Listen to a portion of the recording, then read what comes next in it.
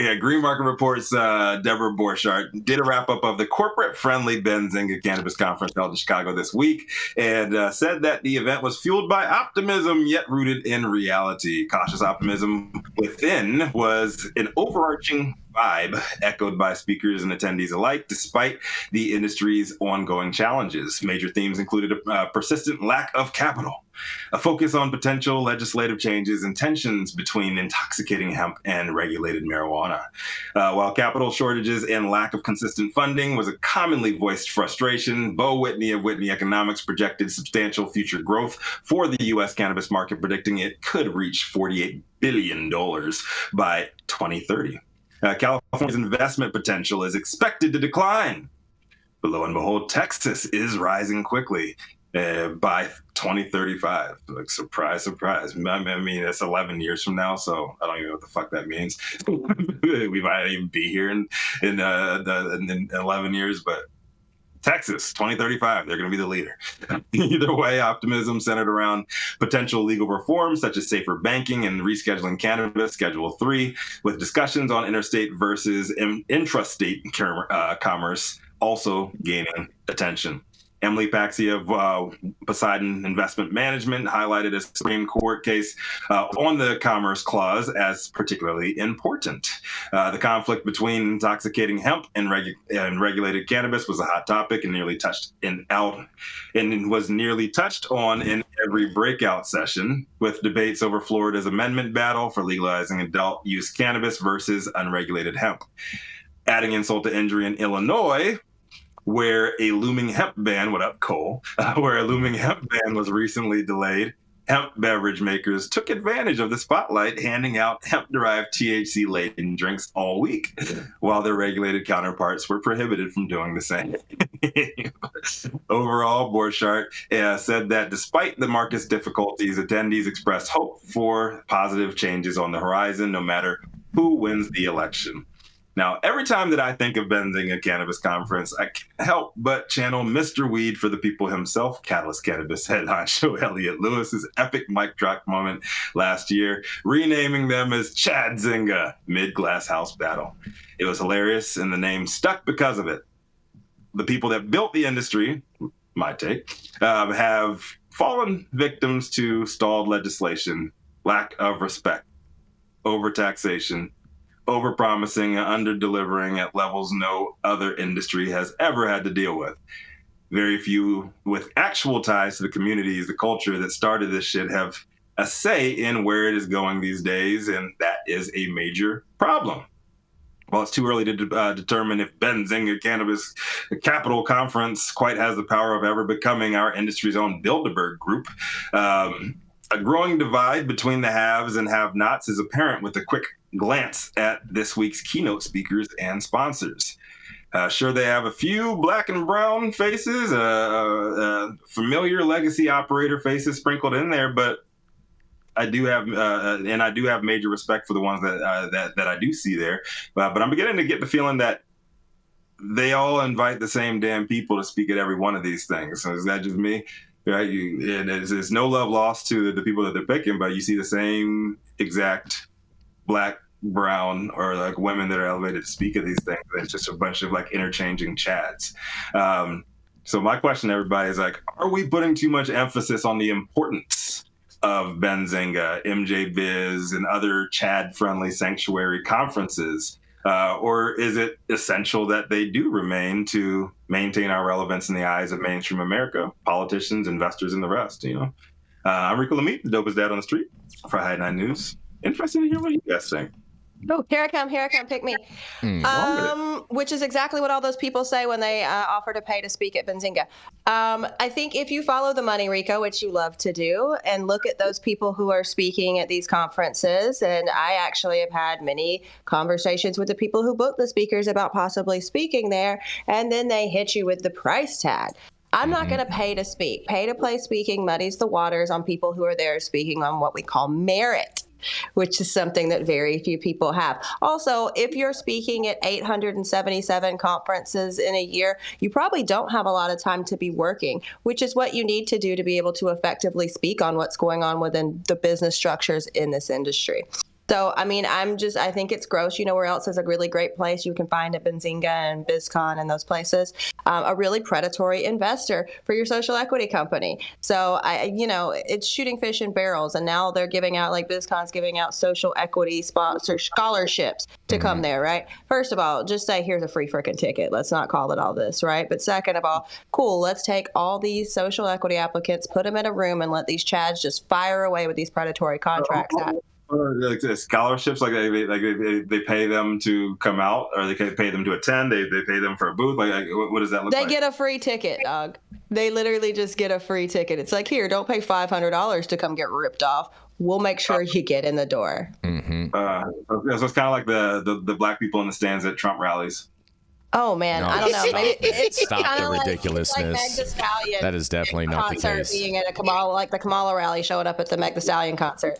But I think that it's just really interesting, and these events I'm becoming disenchanted with everything, right? Because you guys are getting greedy. Yes, it is a business, totally fine. But if you're putting yourself out there as the #1 cannabis investment conference, maybe have some vetted investors. Maybe make sure that you're not having sharks speak to people. Maybe make sure that the people you have on stage have been in this industry for at least some fucking amount of time and have measurable success. Why don't you look at their tenure at their current company? Is the company losing its ass? Do they have to lay everybody off?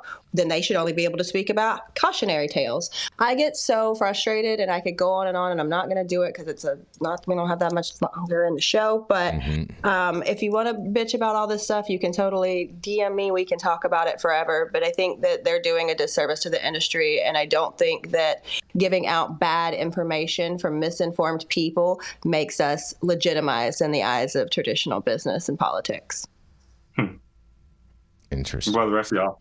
Interesting. What are your thoughts on Benzinga and the likes, seeing as the bellwether of hope for our industry? The bellwether of hope. I mean, maybe it is the bellwether of hope because everyone in the cannabis space needs money, and that's where all the money goes. But they're saying that there's no money. Pretty much. I'm excited to watch all of this shit with that. perish. I agree with that. Fuck all of this. Fuck all of this. This is just a boondoggle. None of it's good. And if we just get back to what's real, is weed, man. The weed plant, cannabis. Like, let's all just remember back. I mean, maybe you're not all old enough, but like for me, like I'll just remember back to the 90s. Joy of just getting a bag. Excitement of watching somebody else's eyes go huge when they smell the terps coming out before I even knew what terpenes were. And the fact that we can just grow weed, and I think that we all need to look at this and see what happened when that buzzsaw of capitalism hit the weed game, because finally the risk to reward scenario was changed, so everybody who had shriveled up little balls, an uncle with a bunch of money, could come into the game. That's Not what's little happened. balls. And we see what happens with capitalism. Capitalism, like colonialism, pours everything out of culture for profit. It leaves everybody destitute and fighting at each other's throats, get to the top of the hierarchy so they can get their boot on everyone else's neck. You can see it doesn't work. It's been illustrated in cannabis how it doesn't work. It's well timed that everybody in cannabis starts to find other people to create works of solidarity with, so we can start talking about capitalism doesn't actually function. Oh, boy. And before Jason and Jenny, I love you guys, before you jump on me about this, if we look at the works of Franklin Delano Roosevelt after the Great Depression, if we look at what the government has done several times, like 2008, 2020, all these times that corporate capitalism began to fail, what we had were huge socialist bailouts of Wall Street and the for-profit corporations that we could continue the mirage that this system functions. System, as it is built, does not function. The amount of the near civil war in America is proof of that. Everybody is angry, though most people are pointing their finger at the wrong source. It is a class war. It is not a racial war. It's a war against the gays. As much as I'm not into Abrahamic religion, it's not a war against the Christians or the Muslims. It's a war against the people who hold all of the power and all of the resources and have their boot on our neck. What we need to do is we need to create solidarity. We need to start talking about what the actual problems are, what the actual solutions are. Again, I do a lot of drugs, so I could be wrong. The actual problem is that we are an industry that is easy to prey upon because people don't take us fucking seriously, right? So that's Jenny, why if that was the problem, there wouldn't be hundreds of thousands of homeless people everywhere addicted to Can I fentanyl. finish? Because I'm speaking directly about the cannabis industry. And when we're talking about investor money and capitalism in this space. So give me just a moment. I know you're upset. I love you and I appreciate your fire. But in any way, well, I am upset. Yeah, I know. It's okay. Right. But I mean, because we are what we are, we're weed. We are, not a serious industry. We're not whatever. That opens up for people who are sanctioned by the SEC, who aren't supposed to be touching companies, who are the worst of the worst, who just, made this agreement so their ass didn't sit in prison for what they've done in more serious industries that was financial malfeasance, right? So I think that we're open to that and we're making ourselves targets by saying, here, look, here's all of us in one thing. Come shoot these fish in a barrel. Because if you're smart enough to fool the SEC for any amount of time or pull the wool over eyes of Harvard graduates, I bet you're going to fuck that social equity applicant. And I bet you're not buying them dinner first.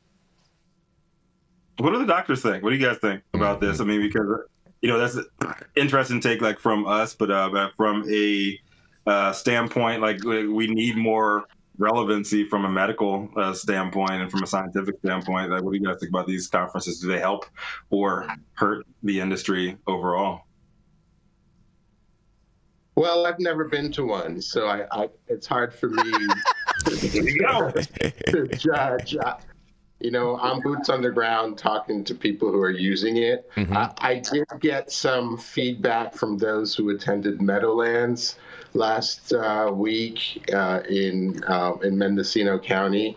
I think there are about 200 participants at a campground. They were concerned. Their businesses were falling apart. They felt that they had just a year left. And they were really wanting to pivot and saying maybe the money is not in selling this plant. Maybe the money is in the experience that people have when using the plant. And so that's sort of what they're thinking now. But the current direction they're going, they're going to lose their homes in about a year or so. What do you think about this, Dr. Mark? I don't know. It just seems to take a lot of wind out of the sails of where, things need to blow, move things forward, And I'm, it's funny you mentioned conferences, I'm going to BizCon. I think I mentioned that to you, Jason, right? So be able to do that thing that you're going to do. And actually this is quite relevant. So remember a couple weeks ago we had Chris Vidala and Josh Sviter on. Well, Chris and I have been asked to chair a panel discussion about the chemistry of these alternative cannabinoids, like these, what's going on in all that hemp-derived psychoactive space. So I think in a way, I mean, it's important. Well, it's good to see this embraced at the BizCon level because a lot of people, they, for what it's worth, they call that the trade show of our industry, right? That's the biggest, the largest, unless you know of a bigger one, Jason. I don't know. No, they're the largest. They're the largest. Yeah, I think they're the largest. Take it for what it's worth. But, the fact that we'll have an engaged audience, and I don't know if it's the right audience, but to inform, particularly legislatures when they go to make these, like Gavin Newsom's ban. You'd think that Gavin Newsom would actually have some people who are dialed in to understand what's going on in this space and properly regulate it. I'm not for the chemical conversion in general. I'd like to just see cannabis prohibition be ended, but let those patients, especially children, who need high CBD tinctures that are derived from hemp, there's no reason to prohibit access to those, right? Unless they're trying to do this Schedule 3 thing and put this into big pharma land so big pharma could profit from that. Let's face it, if a plant extract can help make a kid better, it should not only be lawful, it should be actually encouraged the medical community before taking pharmaceuticals and all these things with all these other conditions. My wife happens to know a student in her school who's severely ill and has cancer in several different organs in his body, and they're just trying to keep things at bay. And he succumbs to sepsis and has nausea from his treatments. And I know that he would benefit greatly from cannabis to control his nausea, because they're sending this cocktail of drugs through his system that just completely devastates him. So I think that, again, just going back to the conferences to tie this together, is that the more the word gets out, these medicines should be available and they shouldn't be prohibited. I think the better. And the more Dr. T's can, get on board with, hey, there's a patient in my office and I could prescribe them this FDA drug, which is suicidal thoughts and all these other host of just different side effects, that I could give them cannabis and they'll just fall asleep and they won't have seizures, and they won't be nauseous in their medication. So I think the more that word gets out, and maybe conferences is the way to do it. But, you'll see on my story today that, a group of doctors have got together and have recognized that these compounds can really control, if not completely stop cancer. And that's significant, because a lot of people die from cancer, and we need to get the word out, and it needs to be gotten out to get beyond the stigma of, Grateful Dead and Cheech and Chong and just a bunch of stoners, and that this is really medicine that our bodies can benefit from. I think I went on a tangent. Sorry. It's no, I would love it. You're in good company, and everything you said was amazing. And we did get a big old super chat from the C Word, who says that C-Cell got some weed money to throw around. FYI, you guys. Yes. Shout out to Honeycut. C-Cell. Anyhow. All right. The beginning of the end, was it not? 2018? It was 2018 that Honeycut dropped. Oh, boy. It came from nowhere. Yeah, we're going to go to a commercial. We're going to be right back.